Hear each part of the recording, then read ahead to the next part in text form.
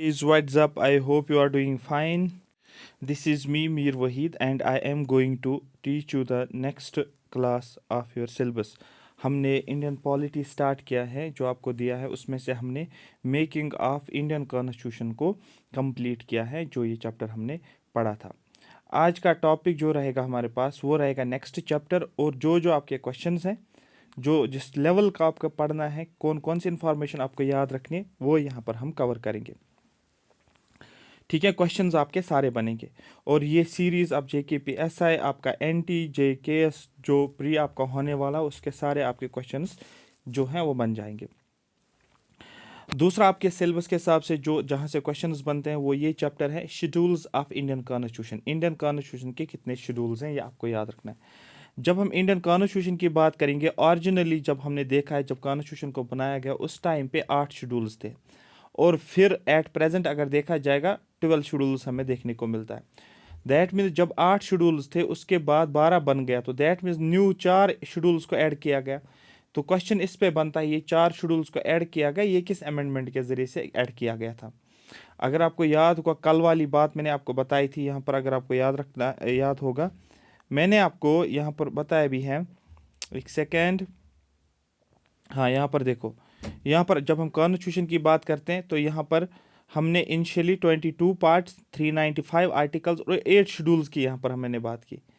यहाँ पर बात समझ में आ रही है? तो 8 शेड्यूल्स यहाँ पर हमने देखा है, लेकिन एट प्रेजेंट जब देखते हैं हम, तो हमारे पास कितने शेड्यूल्स हैं? 12 शेड्यूल्स हमें देखने को मिलता है। ठीक है, तो उन 4 शेड्यूल्स को हमने ऐड किया है। तो कौन सा शेड्यूल होगा? फिर आप बोलोगे 9th शेड्यूल, कौन सा शेड्यूल होगा? 10th शेड्यूल, कौन सा शेड्यूल होगा? 11th शेड्यूल और 12th शेड्यूल। 9th शेड्यूल की जब हम बात करते हैं और 9th शेड्यूल का हमने ऐड किया था, हम बोल सकते हैं, क्या बोलते हैं इसको, फर्स्ट अमेंडमेंट हमने किया है, और उस फर्स्ट अमेंडमेंट में हमने क्या किया? 9th शेड्यूल का ऐड किया गया। ऑलरेडी क्वेश्चन पूछा गया। दूसरा क्वेश्चन आपके लिए, 10th शेड्यूल का हमने ऐड किया है। अगर आपको याद होगा, एंटी डिफेक्शन जिसको आप बोलते हो, इसको हमने 52nd का मतलब 52 कॉन्स्टिट्यूशन अमेंडमेंट एक्ट किया है, और इस एक्ट के जरिए से हमने 10th शेड्यूल को ऐड किया है। ठीक है, क्लियर हो गया? 52nd कॉन्स्टिट्यूशन अमेंडमेंट एक्ट ये कब किया हमने? 1985 में।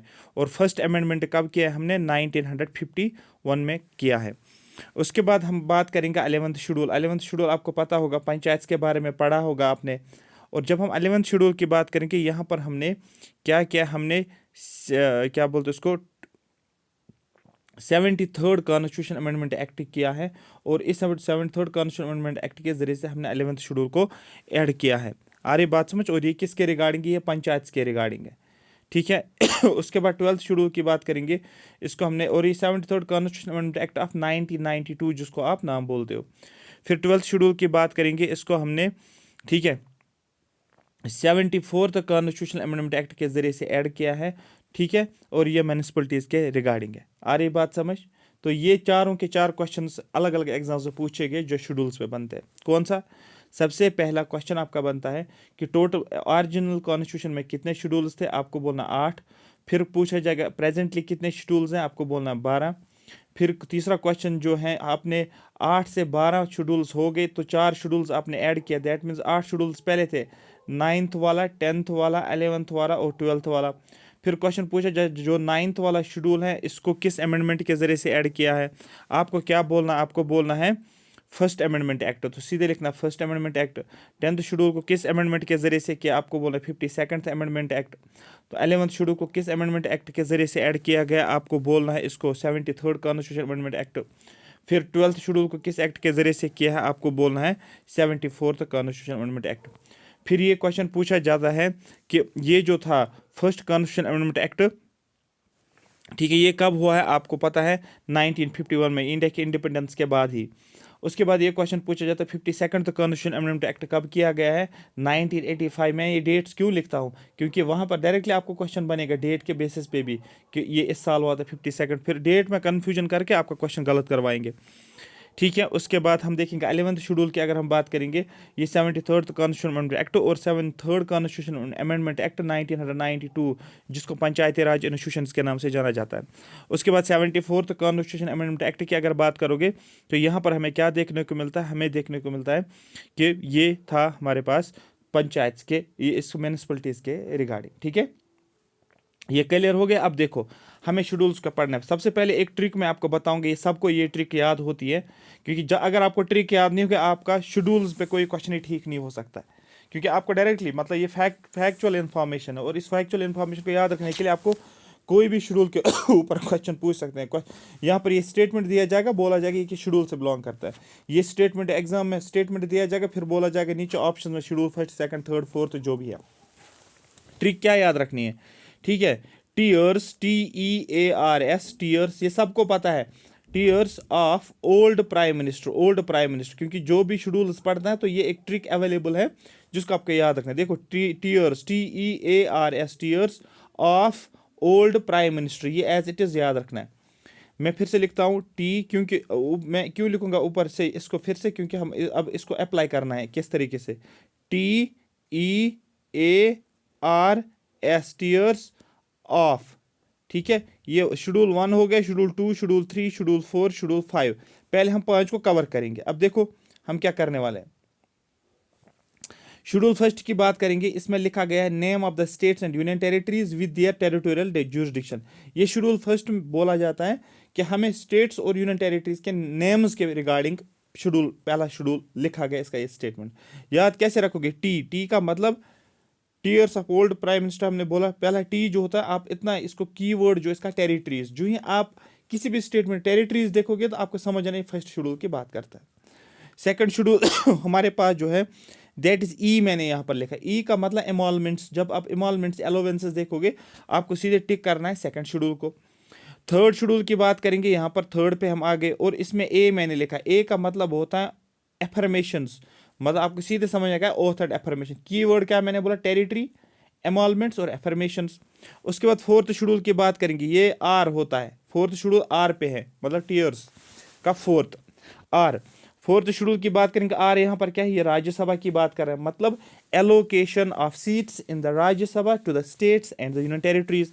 फिर हम बात करेंगे फिफ्थ शेड्यूल की। अगर बात करेंगे तो फिफ्थ शेड्यूल में आपको क्या याद रखना है, ये एस लिखा आपने, एस का मतलब क्या है यहाँ पर, ये शेड्यूल्ड आपने लिखा है। शेड्यूल्ड एरियाज भी आते हैं और शेड्यूल्ड ट्राइब्स भी आते हैं इसके अंदर। Provisions related to the administration and the control of scheduled and tribal areas, ये ऐसे प्रोविजंस की बात कर रहे हैं जब यहाँ पर हम क्या करते हैं, एडमिनिस्ट्रेशन और कंट्रोल करना किनको, शेड्यूल्ड एरियाज और शेड्यूल्ड ट्राइब्स, उसके रिगार्डिंग जो भी प्रोविजंस हैं वो फिफ्थ शेड्यूल में दिया गया है। और सबसे इंपॉर्टेंट जो है फिफ्थ शेड्यूल और seventh schedule, most important sixth schedule सबसे ज़्यादा माना जाता है। फिर हो गए 5 शेड्यूल्स पांच शेड्यूल्स। फिर क्या मैंने लिखा था, TEARS, ये हो गए 5। अब मैं लिखूंगा ऑफ ओल्ड, OLD ओल्ड, ठीक है, ऑफ ओल्ड और PM लिखूंगा मैं, ओल्ड प्राइम मिनिस्टर। ये पोर्शन तो हमने पहले किया 5। अब हम नेक्स्ट 5 पे जाएंगे, सो दैट आपको इन थोड़ा थोड़ा पार्ट्स में आप इसको पढ़ोगे। ऑफ, ऑफ का मतलब यहाँ पर ओ हो गया। अब देखो यहाँ पर सिक्स्थ शेड्यूल पे आ जाओ, यहाँ पर आपको क्या, यहाँ पर ओ तो नहीं लिखा है, लेकिन अदर ट्राइबल एरियाज एक्चुअली इसको बोला जाता है, other tribal areas, other tribal areas. मतलब ये जो फिफ्थ शेड्यूल वाले एरियाज जो भी आते हैं, शेड्यूल और ट्राइबल एरियाज, इसके अलावा जो उसमें नहीं आता है वो सिक्स्थ शेड्यूल में आएगा। और कौन सा फिफ्थ शेड्यूल में नहीं आता है जो कि सिक्स्थ शेड्यूल ट्राइबल एरियाज आते हैं, ATM, ATM आपको याद रखना है। ATMM मतलब आसाम, त्रिपुरा, मेघालय और मिजोरम। डायरेक्टली क्वेश्चन पूछा जाता है। यहाँ पर एक M आप इस तरीके से याद रखो, मणिपुर, मणिपुर नहीं है, क्योंकि नॉर्थ ईस्टर्न स्टेट्स में जब जाते हो मेघालय, मिजोरम, मणिपुर होता है, लेकिन मणिपुर वाला सिक्स्थ शेड्यूल में नहीं है। बस इतना आपको याद रखना है, सो दैट अदरवाइज वो आपको कंफ्यूज करेगा वहां से। जब आप ATMM वाला कोड याद रखोगे ना, मतलब मैंने आपको सिक्स्थ शेड्यूल वाले एरियाज को याद करवाया।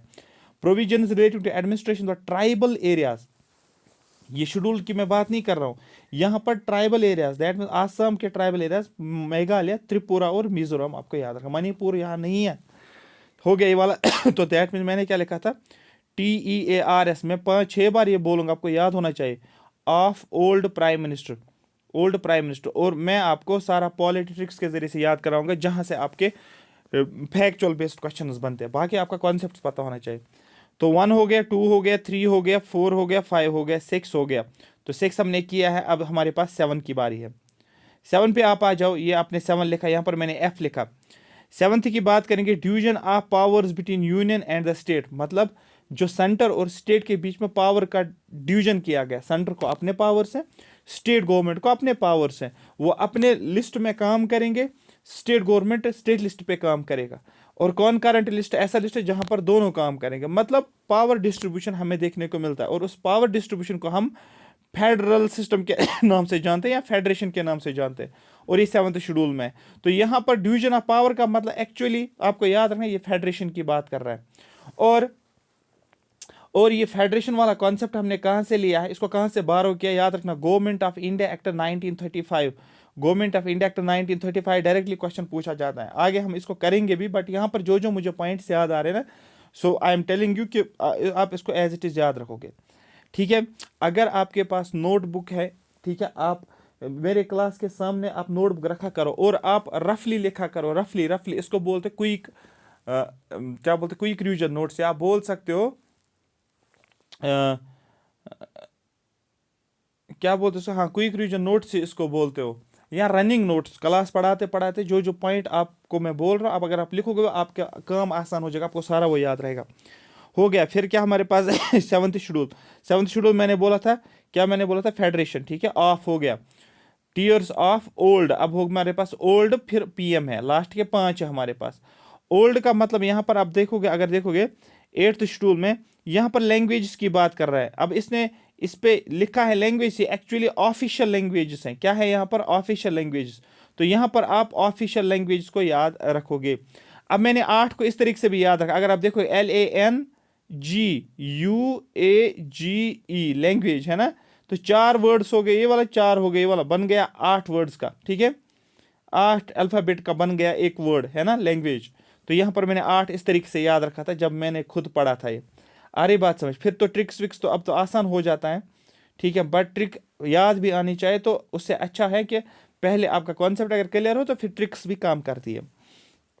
हो गया 8। 8 का मतलब क्या रखना आपको याद, 8 का याद रखना है लैंग्वेज, मतलब official language recognised by the constitution.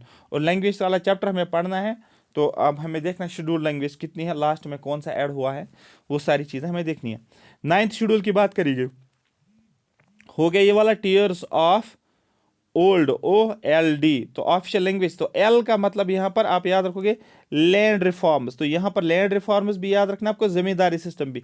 जिस भी सेंटेंस में, जिस भी स्टेटमेंट के अंदर आप लैंड रिफॉर्म्स देखोगे और यहाँ जमींदारी सिस्टम देखोगे, आपको सीधे समझ आना चाहिए सर ये 9th शेड्यूल की बात करा। और मैंने आपको अभी बोला 9th शेड्यूल को ऐड कब कब ने किया है, 1951 में। कौन सा अमेंडमेंट किया, फर्स्ट अमेंडमेंट के जरिए से हमने 9th शेड्यूल को ऐड किया। फंडामेंटल राइट्स में हम देखेंगे, इस पे ऊपर बहुत कंट्रोवर्सी हमें देखने को मिलती है कि ये 9th शेड्यूल में बहुत सारी चीज़ों को ऐड किया गया 9th शेड्यूल के अंदर, अमेंडमेंट की बात वो हम आगे देखेंगे। 10th शेड्यूल की बात करते हैं, तो 10th शेड्यूल में क्या बोला था आपने, ओल्ड, OLD, ओल्ड, PM। अब हम किस पे आ रहे हैं, डी का मतलब डिफेक्शन होता है। अब यहाँ पर देखो डिफेक्शन, अरे बात है, डिफेक्शन का मतलब होता है अगर एक पर्सन है, वो सपोज मैंने बीजेपी लिया यहाँ पर और मैंने कांग्रेस लिया, फॉर एग्जांपल एक पर्सन जो है वो कांग्रेस का लीडर था, कांग्रेस मेंबर था, अब उसने क्या किया, उसने अपनी पार्टी को शिफ्ट किया, बीजेपी ज्वाइन किया। बात समझ में आ रही है, इसको बोलते हैं डिफेक्शन। उसने किया, उसने अपनी पार्टी को छोड़कर दूसरी पार्टी, किसी और पार्टी को ज्वाइन किया। तो ये डिफेक्शन जो है ये 10th शेड्यूल में मेंशन किया, क्या है ये, बाकी डिफेक्शन किन बेसिस पे डिफेक्शन होता है वो हम आगे देखेंगे।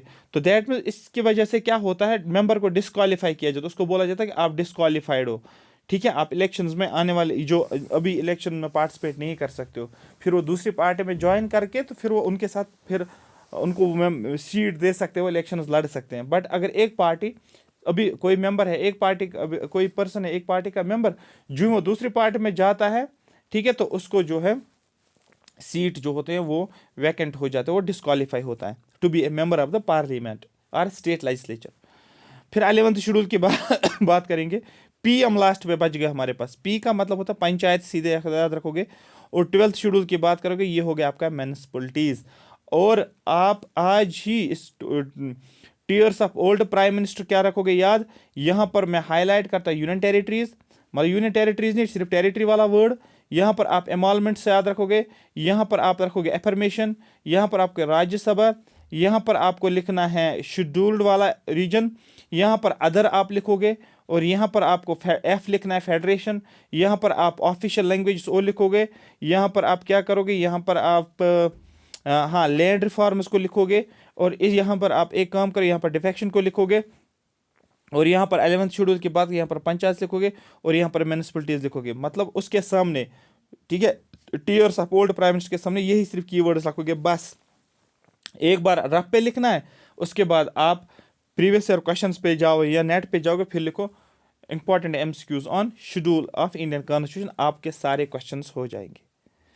और इसमें मैंने एक्स्ट्रा ये चीज़ पॉइंट बताया आपको, लास्ट वाले 4 शेड्यूल्स जो हैं उसका अमेंडमेंट मैंने बताया किस किस साल हमने ऐड किया, वो आपके एक्स्ट्रा इन्फॉर्मेशन होगी, और जहाँ से आपका इजी तरीके से क्वेश्चन बनता है।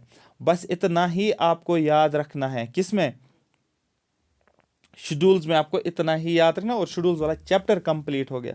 इससे ज़्यादा आपको पढ़ना ही नहीं है। आप सिविल सर्विस का एग्ज़ाम दे रहे हो, प्री का एग्ज़ाम, या आप किसी भी कोई भी आप एमसीक्यू वाला पोर्शन एमसीक्यू वाले एग्जाम्स दे रहे हो, आपका शेड्यूल्स के ऊपर क्वेश्चन तो बन गया।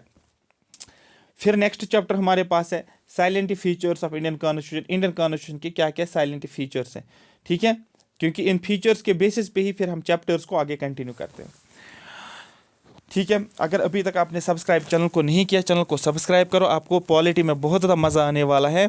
अगर आप सिंसियर कैंडिडेट्स हो और आप चाहते हो कि हमें एक ही जगह पर अच्छा सा कंटेंट मिले पॉलिटी का, हम अपने 15 मार्क्स को सिक्योर करें अच्छे तरीके से JKPSI में, और JKS में तो आपको खुद पता है 15 क्वेश्चंस अगर पॉलिटी के आ गए तो बन गए 30 मार्क्स आपको प्री एग्जाम में।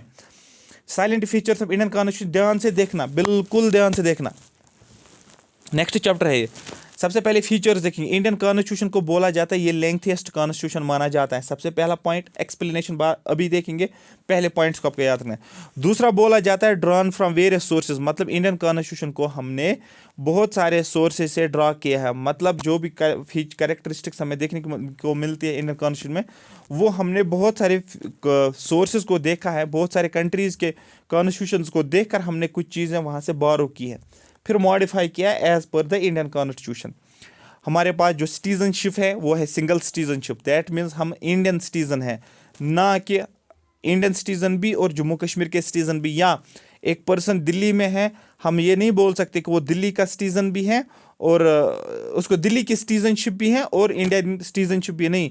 हमारे पास सिंगल सिटीजनशिप है। बिफोर आर्टिकल 370 एब्रोगेशन से पहले हमारे पास सिर्फ जम्मू एंड कश्मीर के पास ही ड्यूअल सिटीजनशिप थी। We were the citizens of Jammu and Kashmir and also we were the citizens of India, but after abrogation of article 370 we are not the citizens, we do not have the citizenship of Jammu and Kashmir, we are the citizens of, or we can say we have the citizenship of India, that means we have single citizenship। बहुत ज़्यादा important question है, बहुत ज़्यादा important.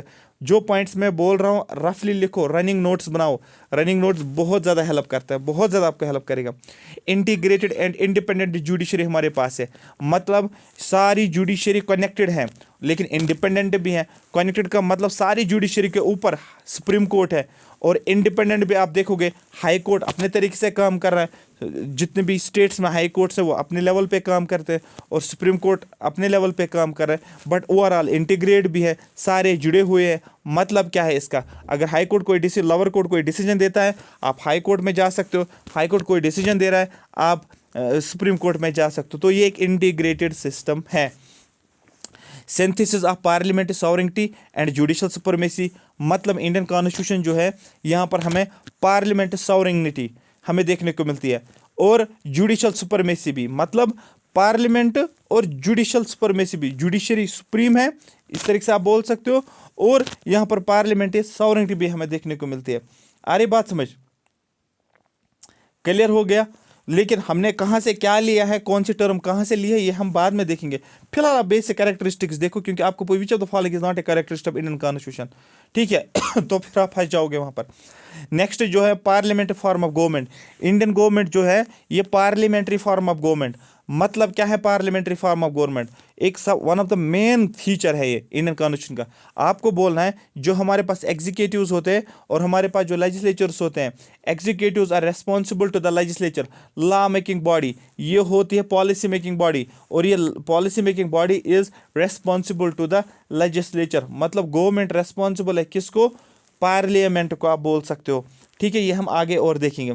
उसके बाद जो होता है फेडरल सिस्टम विथ यूनिटरी बाइस। फेडरल सिस्टम आपको पता है सेंटर के पास अपने पावर्स हैं, स्टेट के पास अपने पावर्स हैं, लेकिन सेंटर का टिल्ट ज़्यादातर टिल्ट सेंटर की तरफ है। फॉर एग्जांपल अगर क्या हो जाएगा, स्टेट भी अपने तरीके से चल रहा है और सेंटर भी अपने तरीके से चल रहा है, लेकिन जम्मू एंड कश्मीर में कुछ इमरजेंसी आ गई, अब ये क्या हो जाएगा, ये पूरा पूरा इसको कंट्रोल सेंटर करेगा जैसे पहले हो रहा था। ठीक है, यहाँ पर कुछ कॉन्स्टिट्यूशनल मशीनरी ठीक से नहीं चल रही थी स्टेट की, फिर क्या होता था, फिर सारा सेंटर कंट्रोल करता, प्रेसिडेंट रूल रखता था। ठीक है, तो दैट मीन्स टिल्ट फिर इसका कहाँ पर है, यूनिटरी बायस हमें देखने को मिलता है। ठीक है, फेडरल सिस्टम है लेकिन यूनिटरी बायस है। आगे इसमें हम सारा देखेंगे। Blend of rigidity and flexibility, मतलब जो इंडियन कॉन्स्टिट्यूशन बना है यहाँ पर हमें ना तो ये रिजिड है ना तो ये फ्लेक्सिबल है, लेकिन क्या है, दोनों का मिक्सचर हमें देखने को मिलता है। रिजिड क्या है, फ्लेक्सिबल क्या है, आगे अभी देखेंगे हम, बट पहले आप कैरेक्टरिस्टिक्स को याद करना है। Direct Prince of state policy हमें देखने को मिलता है कि इंडियन कॉन्स्टिट्यूशन के अंदर direct Prince of state policy जो मेंशन है। वी आर सेक्युलर स्टेट, हमारे पास सेक्युलर स्टेट भी है। यूनिवर्सल एडल्ट फ्रेंचाइज, मतलब हम वोट दे सकते हैं, जो भी जिनकी भी एज 18 से ऊपर है, 18 या 18 से ऊपर है, वो वोट दे सकते हैं। यूनिवर्सल एडल्ट फ्रेंचाइज है। वी हैव फंडामेंटल राइट्स, ये एक्चुअल में इसको मिस्टेक हो गई, यहाँ पर फंडामेंटल ड्यूटीज़ लिखना है, और we also have fundamental rights, हमारे पास फंडामेंटल राइट्स भी है। बस सिर्फ यहाँ पर ड्यूटीज़ को राइट्स करना है टेबल को, जब आप इसको रिवाइज करोगे। मैं आपको फिर से रिपीट कर रहा हूँ, मैं आपको एक बात फिर से बोल रहा हूँ, नहीं पढ़ो पॉलिटी। अगर आप SI के लिए पढ़ रहे, JKPSC के लिए पढ़ रहे हो, तो पॉलिटी जो मैं करवाऊंगा आप वही करो आपके सारे क्वेश्चंस बनेंगे, क्योंकि मेरे माइंड में सारे previous year question papers mind में हैं, इसलिए PDF में चुन के आया हूँ कि यहाँ से आपके सारे क्वेश्चंस बनते हैं, आपका काम ईजी हो जाता है। अब देखो, इंडियन कॉन्स्टिट्यूशन क्या है, इसको लेंथीएस्ट कॉन्स्टिट्यूशन कहा जाता है। अगर आप किसी बुक से पढ़ते हो और उसको लाइन फैक्ट के बेसिस पे पढ़ते हो, पॉलिटी वैसे नहीं होगा। उसको बोलते आप रटा याद करते हो, माइंड पे इतना जोर डालते याद रखने के लिए, और एग्जाम में वो रिफ्लेक्ट नहीं होता है। इन्फॉर्मेशन बहुत ज़्यादा है और इसको कनेक्ट करके पढ़ना पड़ेगा। Lengthiest return constitution, Indian constitution return constitution है, और सबसे बड़ा, पूरे वर्ल्ड में सबसे बड़ी कॉन्स्टिट्यूशन इंडिया की है। क्वेश्चन पूछ सकते हैं, आपको बोलना यस सर। क्या मतलब है इसका इसका मतलब है, ओरिजिनली जब हमने कॉन्स्टिट्यूशन को बनाया 1949 में, the constitution contains A preamble, constitution में एक प्रीएम्बल हमें देखने को मिलता है, 395 आर्टिकल्स उस टाइम पे, और इसको हमने 22 पार्ट्स में डिवाइड किया है, और हमारे पास 8 शेड्यूल्स थे। तो हमारा कॉन्स्टिट्यूशन जो है ये लेंथीएस्ट रिटन कॉन्स्टिट्यूशन देखने को मिलता है 395 आर्टिकल्स के हिसाब से, अगर देखोगे सबसे ज़्यादा आर्टिकल्स है। उसके बाद ड्रॉन फ्रॉम वेरियस सोर्सेज, बहुत सारे सोर्सेज से हमने इंडियन कॉन्स्टिट्यूशन को बनाया है, जैसे कि India has borrowed most of its provisions from constitutions of various other countries. बहुत सारे प्रोविजंस जो हमारे कॉन्स्टिट्यूशन के अंदर है, हमने बाकी कंट्रीज के कॉन्स्टिट्यूशन से उनको लिया है, as well as from the government of India act, और हमने गवर्नमेंट ऑफ इंडिया एक्ट से भी लिया है। तो सबसे ज़्यादा इन्फ्लुएंस अगर आज के टाइम पे देखने को मिलता है इंडियन कॉन्स्टिट्यूशन का, वो गवर्नमेंट ऑफ इंडिया एक्ट से हमने ज़्यादातर प्रोविजंस को हमने देखने को मिल रहा है। जैसे कि फेडरल सिस्टम, ये गवर्नमेंट ऑफ इंडिया एक्ट 1935, अगर आप पढ़ोगे, जब आप इंडियन नेशनल मूवमेंट पढ़ते हैं, तो वहाँ पर जो होता है फेडरल सिस्टम को इंट्रोड्यूस किया जाता है। डायआर्ची जो होती है वो प्रोविंसेस में ख़त्म की जाती है, और डायआर्ची जो होती है वो सेंटर में इंट्रोड्यूस की जाती हैं। अगर आपने पढ़ा होगा तो ठीक है, अगर नहीं तो स्टिल आपको याद आ जाएगा। सिंगल सिटीजनशिप है, सिंगल सिटीजनशिप मतलब हमारे पास सिर्फ एक ही सिटीजनशिप है। ठीक है, दो the Indian constitution is federal, हमारी कॉन्स्टिट्यूशन फेडरल है, ड्यूअल पॉलिटी है, मतलब सेंटर के पास अपने पावर है, स्टेट के पास अपने पावर है। तो दैट हम बोल सकते हैं कि स्टेट के पास अपना पावर है, सेंटर के पास अपना पावर है। तो अगर स्टेट के पास अपना पावर, हम ये भी बोल सकते हैं कि हमारे पास एक और सिटीजनशिप है, स्टेट सिटीजनशिप है, लेकिन ऐसा नहीं है। हमारे पास जो है वो हमारे पास सिर्फ एक ही सिटीजनशिप है, और उसका नाम है इंडियन सिटीजनशिप। ना कि जम्मू एंड कश्मीर की, ना कि लद्दाख की सिटीजन, ना कि दिल्ली के लोगों को दिल्ली की सिटीजनशिप, बेंगलुरु के लोगों को बेंगलोर, ये क्या बोलते हैं इसको, कर्नाटका की सिटीजनशिप, ऐसा नहीं है। उन सभी लोग जो भी इंडिया के अंदर है, एक single citizenship, that we are the citizens of India. उसके बाद इंटीग्रेटेड एंड इंडिपेंडेंट जुडिशरी, मैंने आपको पहले ही बोला है, सबसे पहले लोअर कोर्ट्स होते हैं, हमारे पास हायर कोर्ट्स होते हैं, और उसके बाद सुप्रीम कोर्ट। तो ऊपर सुप्रीम कोर्ट लिखोगे, यहाँ पर लोअर कोर्ट लिखोगे, यहाँ पर आप हाई कोर्ट लिखोगे। लोअर कोर्ट्स में डिस्ट्रिक्ट कोर्ट्स आते हैं, सेशन कोर्ट्स आते हैं, ये आपको ऑलरेडी पता होगा, अगर पता नहीं तो डायग्राम देख सकते हो। तो दैट मीन्स कोई भी डिसीजन अगर लोअर कोर्ट दे रहा है कि आपको बोला गया 5 साल का जेल, कोई कांड अगर किया है किसी ने 5 साल का जेल, आप बोल रहे हो नहीं ये तो इसने गलत डिसीजन दिया, you will go to high court, आप हाई कोर्ट में जाओगे। हाई कोर्ट ने और कोई डिसीजन, आपने बोला नहीं हाई कोर्ट ने भी गलत डिसीजन दिया, तो आप सुप्रीम कोर्ट के पास जाओगे। इंटीग्रेटेड है, अरे बात समझ, इंटीग्रेटेड है ये आपको याद रखना है। और इंडिपेंडेंट है, मतलब ये है कि इसको अपनी ज्यूरिडिक्शन दी गई है जिनके ऊपर ये काम करेगा, इसको अपनी ज्यूरिडिक्शन है जो ये केसेस को हैंडल करेगा। और ये सुप्रीम कोर्ट तो आपको पता ही है, ये भी इसकी अपनी ज्यूरिडिक्शन जो ये केसेस देखता है, और ये बाकी केसेस के ऊपर भी नज़र रखता है इनके ऊपर। मतलब सुप्रीम कोर्ट के पास इतना पावर है, ये हाई कोर्ट से केसेस को ले सकता है, खुद देख सकता है। हाई कोर्ट के पास पावर है, वो इससे लोअर कोर्ट के केसेस को लेकर खुद देख सकता है। अरे बात समझते, इस तरीके से इंटीग्रेटेड इंडिपेंडेंट जुडिशरी हमें देखने को मिलती है। अब यहाँ पर दो चीज़ हैं, एक मैंने इंटीग्रेटेड जुडिशरी बोला, दूसरा मैंने बोला इंडिपेंडेंट जुडिशरी। इंटीग्रेटेड जुडिशरी जो होता है इसको बोलते हैं हम, ये होता है यूनिटरी कैरेक्टर, ठीक है, यूनिटरी कैरेक्टर। और इंडिपेंडेंट जुडिशरी का मतलब ये फेडरल कैरेक्टरिस्टिक हमें देखने को मिलता है। डायरेक्टली क्वेश्चन बनता है इसके ऊपर। मैं ऑलरेडी सारे क्वेश्चंस आपको यहाँ से बोल रहा हूँ जो जो मुझे लिंक हो रहा है अभी। उसके बाद अगर हम बात करेंगे, ठीक है, देखो सिंगल सिस्टम ऑफ कोर्ट्स, हमारे पास single system of courts enforces both central laws as well as state laws. ठीक है, हमारे पास जो कोर्ट्स है उसको एक सिंगल सिस्टम ऑफ कोर्ट्स, क्योंकि सारे इंटीग्रेटेड, सारे कनेक्ट है एक दूसरे के, और सेंट्रल लॉज और स्टेट लॉज को भी इंप्लीमेंट का। अगर आप ये देखो कि सुप्रीम कोर्ट वो सेंट्रल लॉज को भी इंप्लीमेंट करता है और स्टेट लॉज को भी इंप्लीमेंट करता है। लेकिन अगर यूएसए में जाओगे वहाँ पर ऐसा नहीं है, वहाँ पर क्या है, वहाँ पर ड्यूअल कोर्ट्स आप बोल सकते हो। जो फेडरल लॉज होते हैं वो फेडरल कोर्ट्स देखते हैं, और जो वहाँ पर स्टेट लॉज होते हैं वो स्टेट जुडिशरी देखती हैं। तो कभी कभी क्वेश्चन आपका पूछा जाएगा डिफरेंस दोनों का, यूएसए का और इंडिया का। आपको बोले इंडिया में हमारे पास क्या है, सिंगल सिस्टम ऑफ कोर्ट्स हमारे पास है, ठीक है, जो दोनों सेंट्रल लॉज और स्टेट लॉज को देखते हैं। लेकिन यूएसए में क्या हमारे पास है, वो यहाँ पर हमें क्या देखने को मिलता है, स्टेट जुडिशरी, और क्या होती है फेडरल, और क्या बोलते हैं उसको, जो स्टेट लॉज को देखती है, और फेडरल जुडिशरी जो फेडरल लॉज को देखते हैं, जो हमें यूएस को देखने को मिलता है। यहाँ पर इंडियन कॉन्स्टिट्यूशन सिंथेसिस है दोनों का, पार्लियामेंट्री सॉवरेनिटी और जुडिशियल सुपरमेसी।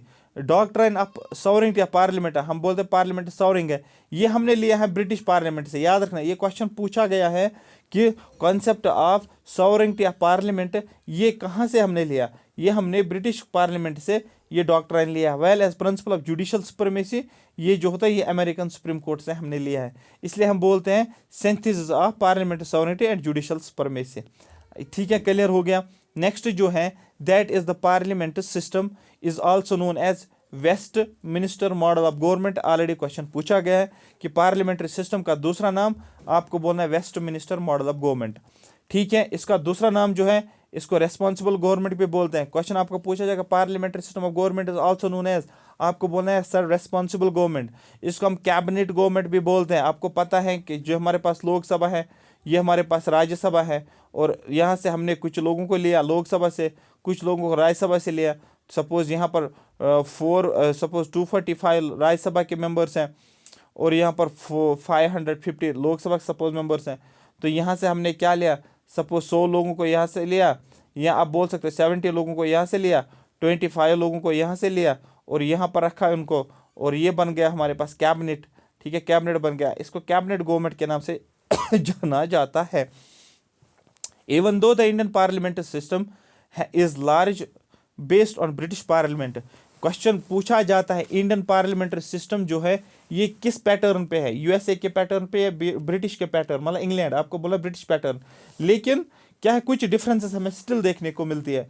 तो ये जब आप टेबल पढ़ते हो ना, बारोइंग फीचर्स आप पढ़ते हो, तो पार्लियामेंट्री सिस्टम आपको ब्रिटिश से ही पढ़ना पड़ेगा, मतलब ये हमने ब्रिटिश से लिया है।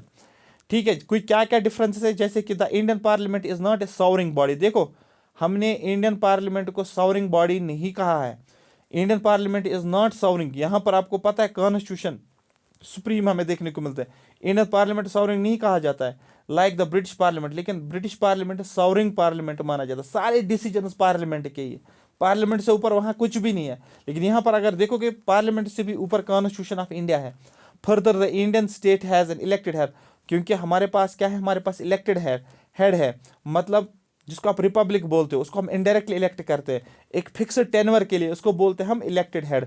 इसको बोलते हैं हम रिपब्लिक इंडिया, मतलब हमने एक इलेक्टेड हेड रखा है, उसको इनडायरेक्टली इलेक्ट करते हैं, प्रेसिडेंट ऑफ इंडिया जिसको बोलते हो।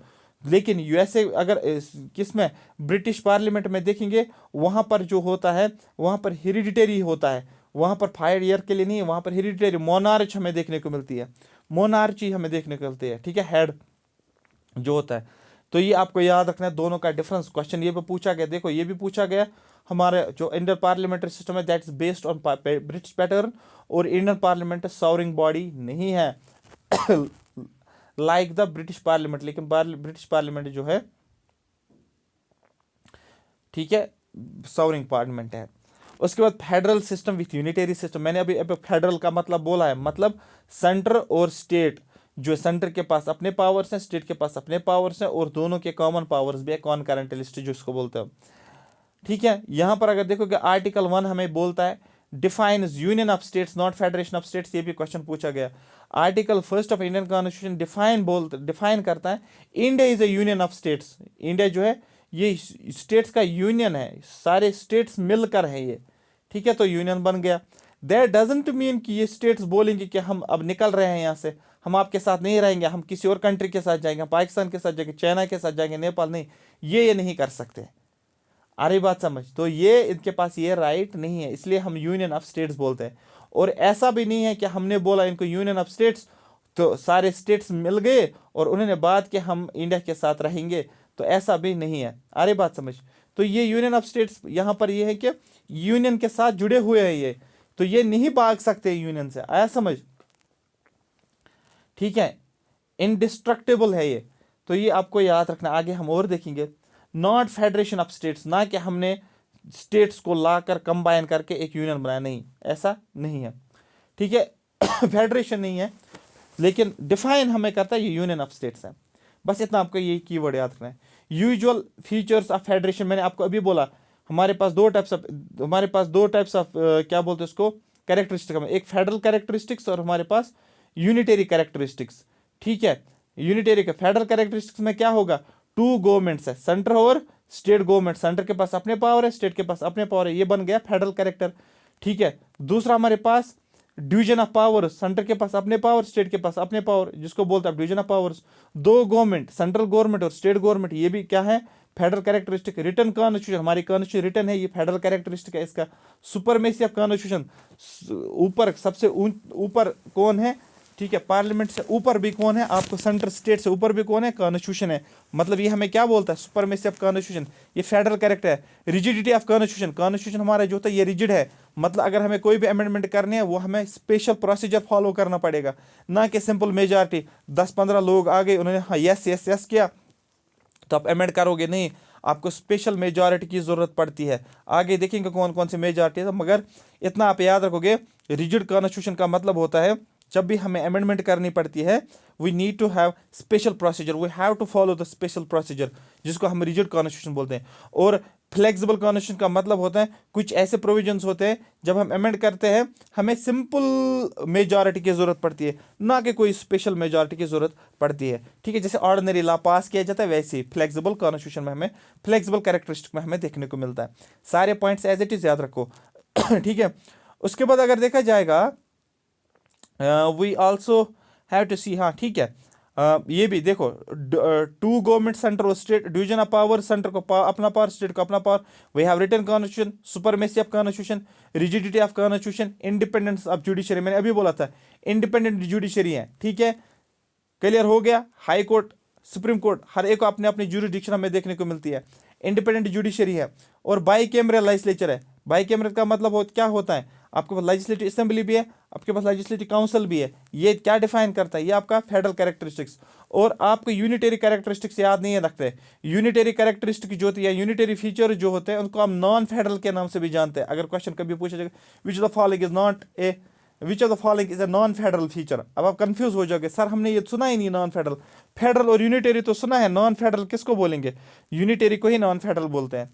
और बाकी जो भी बचेगा वो यूनिटरी हो गया, जैसे कि सेंटर का स्ट्रांग होना, सिंगल कॉन्स्टिट्यूशन का होना, सिंगल सिटीजनशिप का होना, फ्लेक्सिबिलिटी ऑफ कॉन्स्टिट्यूशन, मतलब ये है कि अगर हमें कोई भी चेंज करना आप सिंपल मेजॉरिटी के जरिए से आप कर लो। इंटीग्रेटेड जुडिशरी, सुप्रीम कोर्ट सबसे ऊंचे ऊंचे ऊंचे पर, अपॉइंटमेंट ऑफ स्टेट गवर्नर, हम क्यों करते हैं स्टेट गवर्नमेंट को? स्टेट गवर्नर होता है स्टेट्स के अंदर, वो सेंटर का एजेंट एक्चुअली हम बोलते हैं। तो दैट मीन्स वो एक्चुअली सेंटर कंट्रोल करता है स्टेट्स को, ठीक है। ऑल इंडिया सर्विसेज, जो हमारे पास all India service IAS IPS होते हैं, that is the unitary feature. Emergency provision, तो आपको पता है जब इमरजेंसी लगती है सारा पावर सेंटर अपने पास लेता है, तो ये बन गया उस टाइम पे यूनिटरी। मैंने आपको अभी बोला इंडियन कॉन्स्टिट्यूशन ये है blend of rigidity and flexibility. Rigidity and flexibility मतलब क्या है? रिजिड कॉन्स्टिट्यूशन एक ऐसी कॉन्स्टिट्यूशन है जहां पर हमें स्पेशल प्रोसीजर की जरूरत पड़ती है अगर हमें कोई भी चेंज करना है। अमेंडमेंट का मतलब कोई भी चेंज करना है, ठीक है, तो वहां पर स्पेशल मेजॉरिटी की जरूरत पड़ती है। जैसे कि अमेरिकन कॉन्स्टिट्यूशन में हमें देखने को मिलता है, वहां पर American constitution is a rigid constitution, इस तरीके से बोल सकते हो। एग्जाम्पल, फ्लेक्सिबल कॉन्स्टिट्यूशन किसको बोलते हैं? Is the one that can be amended in the same manner, उसको हम अमेंड कर सकते हैं सिंपल मेजॉरिटी के जरिए से। Just like the ordinary law को बनाया जाता है, वैसे हम फ्लेक्सिबल कॉन्स्टिट्यूशन में हम देखते हैं। जैसे कि ब्रिटिश कॉन्स्टिट्यूशन में हमें फ्लेक्सिबल कॉन्स्टिट्यूशन देखने को मिलता है। लेकिन अगर हम इंडिया की बात करेंगे, Indian constitution is neither rigid, हमारी कॉन्स्टिट्यूशन ना तो रिजिड है ना तो फ्लेक्सिबल है, लेकिन दोनों का सिंथेसिस हमने रखा है। दोनों को मिक्स करके हमने हमारे अपना कॉन्स्टिट्यूशन, इसलिए बोलते हैं blend of rigid and flexibility. Directive principles of state policy की बात करेंगे, मतलब B.R. अम्बेडकर ने क्या बोला? B.R. अम्बेडकर ने बोला कि directive principle of state policy को हम novel features of Indian constitution, जब हम डायरेक्टिव प्रिंसिपल्स पे जाएंगे वहां पर मैं बोलूंगा नोवेल फीचर्स क्या है। अभी हम बेसिक कैरेक्टरिस्टिक्स को आपको एज इट इज याद रखते हैं, ठीक है। तो ये किसने बोला है कि directive principles are considered as novel features of Indian constitution? आपको बोला B.R. अम्बेडकर। दूसरा, हमारे पास एक केस होता है जिसको बोलते हैं मिनर्वा मिल्स केस। ये केस होता है 1980 में। इस केस में सुप्रीम कोर्ट एक डिसीजन लेता है, एक सुप्रीम कोर्ट अपहेल्ड करता है। Supreme court held that Indian constitution is foundation on bed rock of, Indian constitution जो है इसकी जो फाउंडेशन हुई है, इंडियन कॉन्स्टिट्यूशन इज फाउंडेड कैसे? On bed rock of balance between fundamental rights and directive principle. हमें फंडामेंटल राइट्स और directive principles को बैलेंस करना पड़ेगा। तो दैट मीन्स ये कहां पर बोला गया है? ये मिनर्वा मिल्स केस। तो बेड रॉक जो ही आपको देखने को मिलेगा, आपको सीधे समझ आना चाहिए मिनर्वा मिल्स केस की बात कर रहे हैं, ठीक है। और किसका बेड रॉक? आपको बैलेंस रखना है फंडामेंटल राइट्स और डायरेक्टिव प्रिंसिपल्स। ये तो बेसिक फाउंडेशन है इंडियन कॉन्स्टिट्यूशन की। और दूसरी बात जो हमारे पास है वो है केशवानंदा भारती केस ऑफ 1973। यहां पर हमने एक इंपॉर्टेंट डॉक्ट्राइन को अडॉप्ट किया जिसको बोलते हैं आप बेसिक स्ट्रक्चर डॉक्ट्राइन। डायरेक्टली पूछते हैं, क्योंकि मिनर्वा मिल्स केस के साथ मुझे इसको लिंक करना पड़ा। तो यहाँ पर मिनर्वा मिल्स केस भी हो गया, इसमें फंडामेंटल राइट्स और डायरेक्टिव प्रिंसिपल्स को बोला गया ये bedrock of Indian constitution है। Indian state is a secular state. Secular state जो होती है, ये जब हमने कॉन्स्टिट्यूशन बनाया था उस टाइम हमने वर्ड सेक्युलर, टर्म सेक्युलर का यूज नहीं किया, ठीक है, सबसे पहली बात। तो फिर सर कॉन्स्टिट्यूशन में कहाँ से आ गया? आपको बोलना है सर 42nd तो कॉन्स्टिट्यूशन अमेंडमेंट एक्ट ऑलरेडी आज सर आपने कल बताया था। यस, मैंने कल बताया था, ये हुआ था 1976 में। 42nd तो कॉन्स्टिट्यूशन अमेंडमेंट एक्ट ऑफ 1976, इसमें हमने, ठीक है, क्या किया है? प्रीएम्बल जो होता है उसको हमने अमेंड किया है। पहली बार लाइफ में प्रीएम्बल को ऐड किया गया और उसमें हमने 3 वर्ड्स को ऐड किया है। SSI मैंने पहले ही बोला, एस का मतलब सोशलिस्ट, सेक्युलर और इंटीग्रिटी। अब यहाँ पर देखो टर्म सेक्युलर जो है इसको हमने ऐड किया है, ठीक है, प्रीएम्बल के अंदर। तो हमारा स्टेट सेक्युलर स्टेट देखने को मिल रहा है। और यहाँ पर सोशलिस्ट, सेक्युलर, इंटीग्रिटी, ये तीनों को 1976 में ऐड किया गया अंडर 42nd कॉन्स्टिट्यूशन एक्ट। ये भी क्वेश्चन पूछा जाएगा, सोशलिस्ट, सेक्युलर और इंटीग्रिटी ये हमने किस कॉन्स्टिट्यूशन से अडॉप्ट किया है या कहाँ से बारो किया? ये फ्रेंच प्रैक्टिस हम फॉलो करते हैं। ठीक है, ये सारे क्वेश्चंस पूछे गए हैं, ये सारे क्वेश्चंस पूछे गए। क्योंकि मुझे ये क्यों, मैं आपको ये क्यों बोल रहा हूँ, यहाँ पर तो लिखा नहीं है, ये मुझे सारे प्रीवियस ईयर्स माइंड में आ रहे हैं अभी। तो अब देखते हैं, the term secular was added to the preamble. हमने टर्म सेक्युलर को ऐड किया गया है प्रीएम्बल के अंदर 42nd कॉन्स्टिट्यूशन एक्ट के जरिए से। और एज इट इज डेट याद रखना है 1976। उसके बाद the western concept of secularism connotes a complete separation. जो एक और कॉन्सेप्ट है इंडियन सेक्युलरिज्म, जो that is positive concept of secularism से नाम से जाना जाता। लेकिन अगर हम वेस्ट कंट्रीज की बात करेंगे, वेस्टर्न कॉन्सेप्ट ऑफ सेक्युलरिज्म, ठीक है, ये क्या बोलता है? Complete separation of religion. Religion को कंप्लीटली सेपरेट किया गया स्टेट से। स्टेट अपना पॉलिटिक्स खेलेगा और यहाँ पर उसको रिलीजियस के साथ कोई भी इंटरफेरेंस नहीं है और रिलीजन स्टेट के साथ कोई इंटरफेयर नहीं करेगा। ठीक है, ये वेस्टर्न कॉन्सेप्ट ऑफ सेक्युलरिज्म हमें देखने को मिलता है। उसके बाद यूनिवर्सल एडल्ट फ्रेंचाइज, मैंने आपको पहले बोला। ठीक है, voting age was reduced to 18 from 21। पहले क्या होता था, 1989 से पहले पहले क्या था, 1989 से पहले पहले जो भी लोग 21 या 21 से ज़्यादा थे वही वोटिंग, उनको ही वोटिंग मिलती थी, वही वोट दे सकते थे। लेकिन फिर क्या हुआ है, गवर्नमेंट ने सोचा चलो हम क्या करेंगे, ज़्यादा से ज़्यादा लोगों को हम वोटिंग राइट दे देंगे। ठीक है, तो उन्होंने क्या किया, उन्होंने बोला कि हम एज को रिड्यूस करेंगे। एज का रिड्यूस करने का मतलब क्या है, ज़्यादा से ज़्यादा लोग वोटिंग कर सकते हैं ना, तो इन्होंने 21 से 18 लेकर आए। लेकिन ऐसा तो पॉसिबल नहीं है, अमेंडमेंट तो करना पड़ा करना चाहिए था। तो इन्होंने एक अमेंडमेंट किया जिसको बोलते हैं 61 अमेंडमेंट या 61st कॉन्स्टिट्यूशन अमेंडमेंट एक्ट। और ये कब किया गया, 1988 से 88 में अमेंडमेंट किया गया और फिर ये एज रिडक्शन हमें देखने को मिलता है। उसके बाद हमारे पास, मैंने पहले बोला, ये फंडामेंटल ड्यूटीज़ नहीं है, ये फंडामेंटल राइट्स यहाँ नहीं है, यहाँ पर आप ड्यूटीज़ करो इस बॉक्स को। फंडामेंटल ड्यूटीज़ की जब हम बात करते हैं क्या है फंडामेंटल ड्यूटीज़ में, हमारे ओरिजिनल कॉन्स्टिट्यूशन को जब हम पढ़ते थे वहाँ पर कोई भी फंडामेंटल ड्यूटी को नहीं दिया गया था। सबसे पहली बात, मतलब original constitution did not provide for fundamental duties of citizens. ठीक है, okay. These were added during the operation of internal emergency. जब इंटरनल इमरजेंसी लगी 1975 में, उस टाइम पे हमने कुछ फंडामेंटल ड्यूटीज को ऐड करवाया है। कैसे ऐड करवाया, तो हमने अमेंडमेंट किया। कौन सा अमेंडमेंट किया है, 42nd कॉन्स्टिट्यूशन अमेंडमेंट एक्ट। और ये कब हुआ था सर, 1776 में। देखो 1775 से लेकर 1977 तक इमरजेंसी चल रही थी, तो दैट मीन्स बीच में 1976 भी आएगा। तो 1976 में हमने ये क्या, हमने ड्यूटीज़ को ऐड किया गया है। अब इन ड्यूटीज़ को जब हमने ऐड किया है, एक पर्सन जो है उसका नाम था सवरन सिंह। ठीक है, क्या नाम था उसका, सवरन सिंह। और उसको इस कमेटी का चेयरमैन बनाया गया। किस कमेटी का चेयरमैन बनाया गया, फंडामेंटल ड्यूटीज़ के रिगार्डिंग जो कमेटी बनाई गई थी कि बताओ फंडामेंटल ड्यूटीज़, कुछ फंडामेंटल ड्यूटीज़ के बारे में बताओ। और इस कमेटी का चेयरमैन था सवरन सिंह, और नाम पड़ा कमेटी को सवरन सिंह कमेटी, और इसी ने रिकमेंडेशन किया।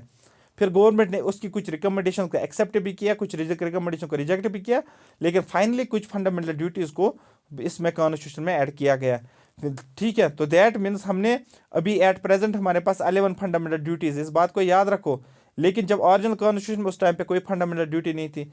लेकिन 1976 में हमने सिर्फ और सिर्फ 10 फंडामेंटल ड्यूटीज़ को ही ऐड किया था, ना कि 11। मैंने अभी क्या बोला, हमारे पास अभी एट प्रेजेंट तो 11 है, लेकिन 1976 जब हमने अमेंडमेंट किया है उस टाइम पे हमने 10 फंडामेंटल ड्यूटीज़ को ऐड किया है। तो दैट मीन्स फिर ये सर 11th फंडामेंटल ड्यूटी कहाँ से आई, ये सर फंडामेंटल ड्यूटी जो हमने लाई है ये वाली 11th फंडामेंटल ड्यूटी हमने एक और अमेंडमेंट किया है जिसको बोलते हैं 86th कॉन्स्टिट्यूशन अमेंडमेंट एक्ट। ये कब किया है सर, ये हमने 2002 में किया है। और इसमें क्या किया है, एक और फंडामेंटल ड्यूटी को ऐड किया गया एजुकेशन के रिगार्डिंग, वो हम आगे देखेंगे। बस अभी आप इतना सुनो जो मैं आपको बोल रहा हूँ। फिर हमने क्या किया है, part 4th A of the constitution. ठीक है, विच कंसिस्ट ऑफ आर्टिकल 51, क्योंकि फंडामेंटल ड्यूटीज किस पार्ट में आता है कॉन्स्टिट्यूशन के, पार्ट 4th ए में आता है फंडामेंटल ड्यूटीज। क्योंकि जब आपने अमेंडमेंट किया है और उस अमेंडमेंट के जरिए से आपने फंडामेंटल ड्यूटीज़ को ऐड किया है, तो फंडामेंटल ड्यूटीज़ के लिए कुछ पार्ट तो होना चाहिए, किसी ना किसी पार्ट में तो होने चाहिए ना कोई आर्टिकल। कॉन्स्टिट्यूशन में दिया है तो किसी ना कोई आर्टिकल तो इसके रिगार्डिंग होना चाहिए।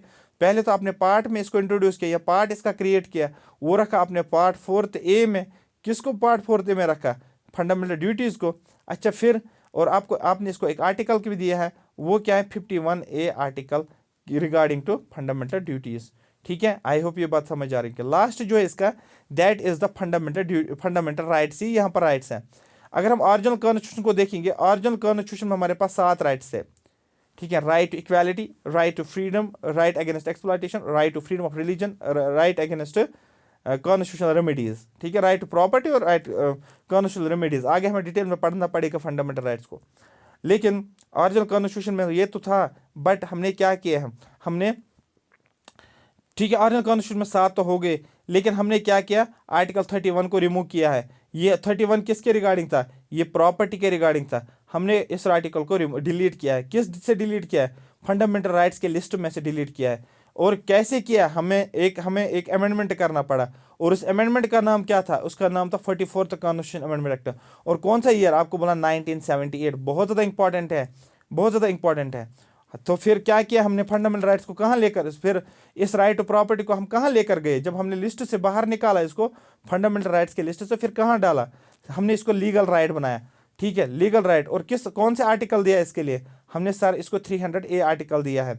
और किस पार्ट में डाला है, आपको लगा सर पार्ट 12th जो है, हमने पार्ट 12th में इसको डाला है। पहले किस पार्ट में था ये पार्ट 3rd में, जब ये फंडामेंटल राइट की लिस्ट में था तो ये पार्ट 3rd में था, part 3rd of Indian constitution.